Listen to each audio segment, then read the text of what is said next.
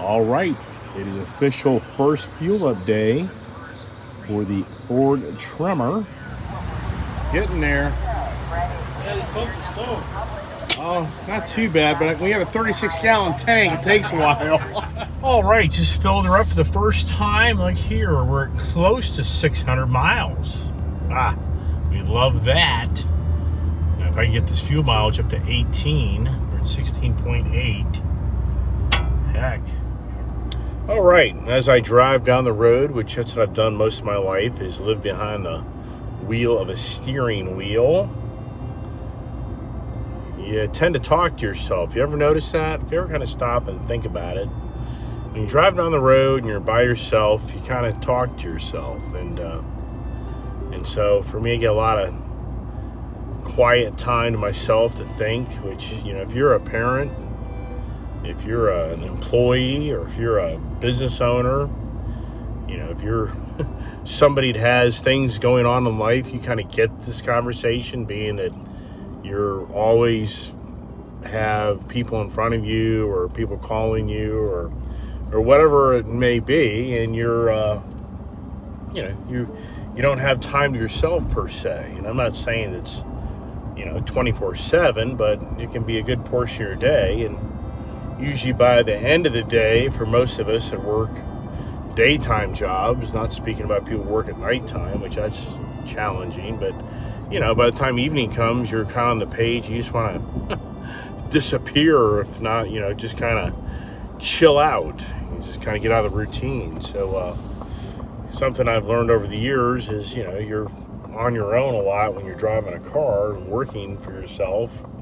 Or, you know, I drove tanker fuel trucks, and boy, I tell you, that's a whole different mindset, being you got to be prepared for the worst, if you know what I mean by that. And then, you know, I've done sales my whole life. A lot of people comment on my channel like, what do you do? What do you do? You got all these cars. And yeah, I've had a lot of cars my whole life, and never have had this many in my life. But in my younger days, I mean, heck, you know, when I was 20 years old, I had 2 cars and a motorcycle. So, but as I got older, I got into my career in business, and, you know, I just lived behind the wheel of cars, and I just wasn't excited about racking up 50,000, 70,000 miles in 1 year in a vehicle. So I would have a few vehicles to rotate the miles. And then over the years, I just kind of started, you know, buying more cars, and I just am the car addict.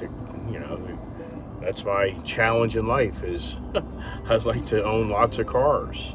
And I'm not the only one out there that likes that, you know, but the biggest challenge is, can you afford to do it without going broke? And yeah, I've gone broke before. I've gone broke a few times, you know. So is it all because of the cars? It wasn't necessarily the cars. It was just about what I was doing at that time in my life and my position and career. So going back to, you know, you drive down the road and you kind of have your quiet time, and you kind of start thinking about things, and you just start, you know, running scenarios through your head. And that's where it gets dangerous. I tell people all the time that you can't predict the future, and don't get too far ahead of yourself that you think you know how things play out. But what I was just thinking here was about what's going on in the car market. You know, being I'm such a car guy, I'm always intrigued by the newest, latest, greatest, the market trends. And as most know, you know, the car market's crazy. I mean, it's insane. I mean, used cars are going for $5,000, $6,000, $7,000, $8,000, $9,000, $10,000 more, you know, than they were a year and a half ago, you know, 2 years ago, because of the pandemic. And then the new cars, you know, it's, well, be so lucky you can get a new car. I mean, it's just, And once again, it goes back to the pandemic. As most know, they're the car savvy people here watching the videos. You know, the chip shortage, the so-called chip shortage, has now created, you know, one of other many things, a challenge in production to new cars. You know, not including labor issues and then material issues. There's a lot of things going on in the whole, you know, worldwide industry, not just for cars, but boats, motorcycles, you know, the list. It's a pretty long list of the pandemic-related challenges. So, for me, being the car guy that goes out and tends to buy cars more often than most do, I'm exposed to what's going on at these dealerships, and it's really, you know, just incredible in how the days of going out and buying a new Ford F-150 truck or a Ram 1500 or a Chevy 1500 or whatever the American brand product is, you had $10,000, $15,000, maybe even up to $20,000 discounts at the right time of the year for a truck. I mean, but 10,000, 8 to 10 grand wasn't uncommon at all. But yet now, you know, you walk in a dealership to, you know, and they're going to look at you like, yeah, right, yeah. And sure, there's, you know, there's discounting going out there, so not that you can't get a discount, but the $10,000, $15,000, $20,000 rebates, those aren't, you know, as common. And sure, yeah, I know there are some big rebates out there, but look at what you're going to get. You know, you're not going to get the, you probably won't find a Platinum Ford with that type of discount. Oh, here's my dad calling. Better answer what my dad wants to see, all right? We'll be back on the video in a minute. This is something that I've had conversations with finance people, and what's happening right now is people are buying cars at premium price and even paying ADM, which is adjusted dealer markup, you know, which who wants to pay that? That's a you know, sure. Yeah, because you never get that back usually. That's the problem with that, is you buy something for ADM and you go back in 2 years later and that inflated price of that vehicle just kills the value of the vehicle. That's the challenge. I mean, if the value of the vehicle would stay proportional to ADM, then okay, all right, whatever, big deal. But that's not usually the case. So finance people are telling me that the bankers are getting concerned about what's going on in the industry and the market, because a lot of people don't put much money down on these cars. And believe it or not, people can finance up to like 130%. And I can be wrong in that exact equation, but they can, you know, you can finance a car that's $30,000 for possibly $38,000, you know, or maybe even $40,000. So banks are buying deals on these vehicles and they're getting buried with debt. And then for the consumer, you know, we all know the, you know, the country for the most part is doing, you know, good.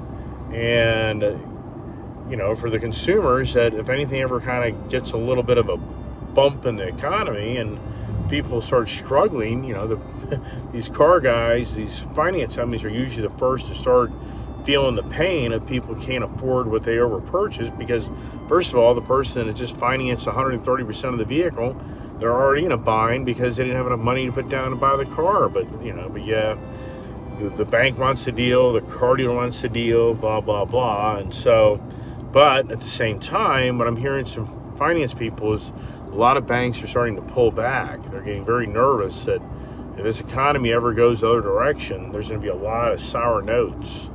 So, and that's kind of, you know, the thing that you want to look at right now is, between the used car market and new car market, people are paying premium price for cars. So to give you an example, you know, people are buying Hellcats and Chargers that are used. They're paying the price of the vehicle that a guy would have paid for discounted 2-3 years ago. So to give you an example, you know, $92,000 Hellcat backed with the dollar power days with Dodge. You got close to $10,000 off the vehicle, plus the dealer may give you a little bit of, you know, some discounting. So you may have gotten 15 grand. Yeah, you think that's crazy? You go back, you know, summer of 2019, and you could get potentially 12 to 15 grand off a $92,000 Hellcat. Well, in today's world, people are now paying $78,000, $80,000 for a used Hellcat, which that's what a lot of guys paid for them brand new. So, and then you just on the list proportional to that's going on in a lot of the sector of the used car market.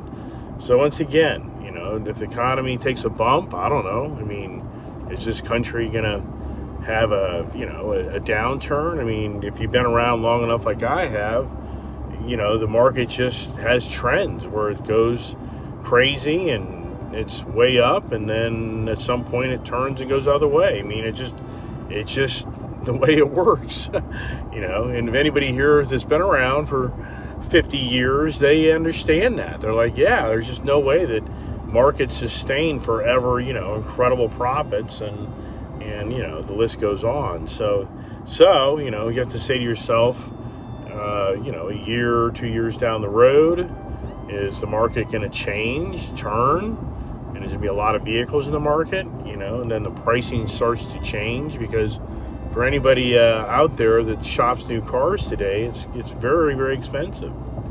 And another thing that a lot of people don't realize, because you see all these brand new the phone blipped out on me, technology, the constant blip. So another thing is a lot of people don't think about or understand is you have businesses, and like for me, I'm a small business owner. You have incentives to buy trucks. Cars really don't do much for you, but when you buy a pickup truck, that's an equipment expense, and that gives you tax deductions. So there's a whole unknown sector of the truck market that a lot of people don't realize. People are paying $60, $70, $80, $100,000 for trucks, but they're used for their business. So you can take that as a tax deduction. So, you can kind of justify that. For me as an individual, I have that option. And if it wasn't for that, then yeah, it would be very challenging to come to closure to have a lot of vehicles, trucks, SUVs. And, that's, once again, that's a big part of what's kind of drives this market, where as expensive as everything's getting, because businesses can use them as tax deduction. Cars, you don't get a lot off on those, even though you can rent them back to your business, which that is legal, and so you can buy a nice car, and if you use it, more than 50% of the time for your business. And I don't have the exact tax guidelines, so don't take every word I'm saying here as, the gospel, but you run it back to your business. So, there's another thing that people don't know is people are using vehicles and they're writing them off for use.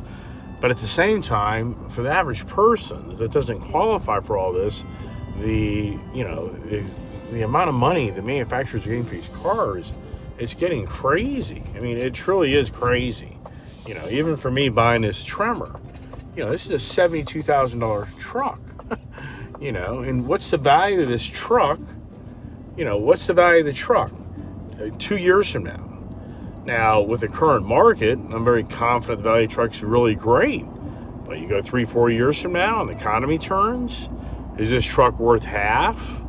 I mean, I don't know. In today's world, it'd be hard to believe this would be a $35,000 truck, but at the same time, the market prevails.